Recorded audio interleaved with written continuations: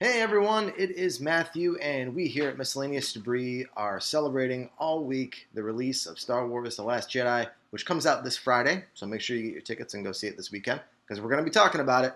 So I don't want to spoil it for you. But before we know the future, let us first know the past. So let's do a review for its predecessor, The Force Awakens. So let's jump right into it. We all knew going into this one that it was going to be the first in a trilogy, so I knew straight away that The Force Awakens was going to have a lot of character building in it. In terms of everyone having a complete, fleshed out backstory, in this entry only, JJ did the best with Kylo Ren's story. You came out of this movie knowing exactly who that character is and where that character came from. Rey's backstory was alluded to, but nothing set in stone. She was left alone on Jakku. Other than that, we only have her motivations going forward to piece together her arc. I like that Finn and Poe didn't have a real complex and confusing backstory. It sort of balanced the others just right. JJ did a really good job on incorporating the old cast with the new. All the arcs had motivations that served the story in a way that didn't deter from the new cast. Harrison Ford finally got his wish and they killed off Han Solo, but it served the story. JJ did not kill Han just to kill him. There was meaning behind it, and it furthered Kylo's arc, and I like that.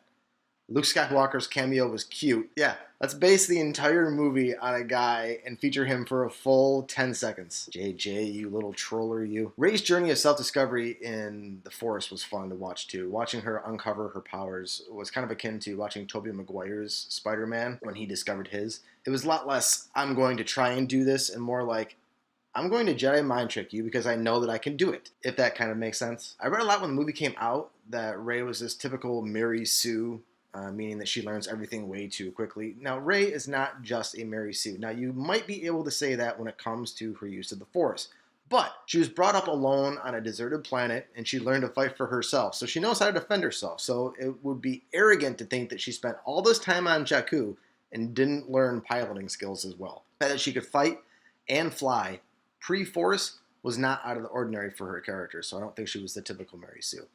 I like the fact that BB-8 was much more of a personable droid, if that's a thing.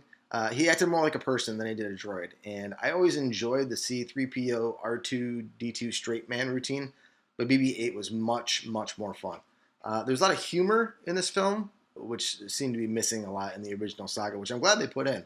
Han Solo's bit about this is not how I thought this day was going to go. Poe Dameron's first line, the Who Talks First bit.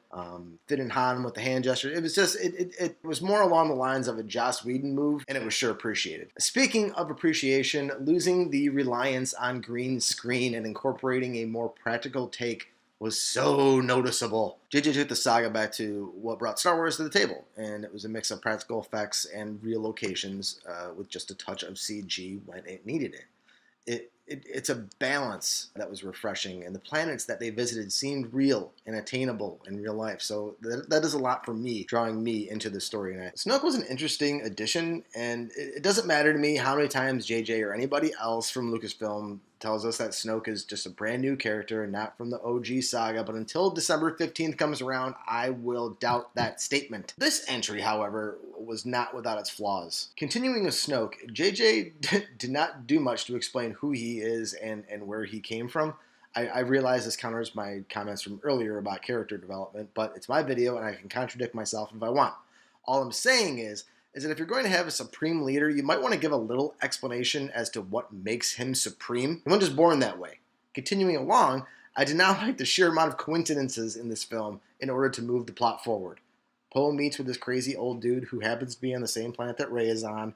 The Falcon just happens to be at the same outpost where Rey works. Maz Kanata just happened to be the friend that Han Solo was calling to save the crew, who just happened to have the lightsaber that belonged to Luke, who everyone is looking for, yada, yada, yada.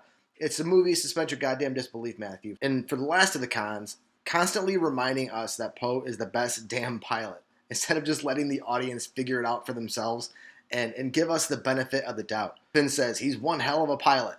And then Kylo Ren saying, oh, I didn't know we had the greatest pilot and the Resistance on board, which is bullshit because you totally do, because you're a Jedi and you can read his damn mind. It's even in the opening scroll. It says General Leia sends her most daring pilot. But no matter how many flaws I can point out, it does not take away from the fact that the film was great, top to bottom. It's a great way to carry out the Star Wars legacy and a fantastic way to kick off a new trilogy. So I would give it 4 out of 5 stars. But what did you guys think of The Force Awakens? What do you want to see happen in The Last Jedi? Let me know in the comments below. Don't forget to like, share, and subscribe, and we will see you back with some more Star Wars later on today.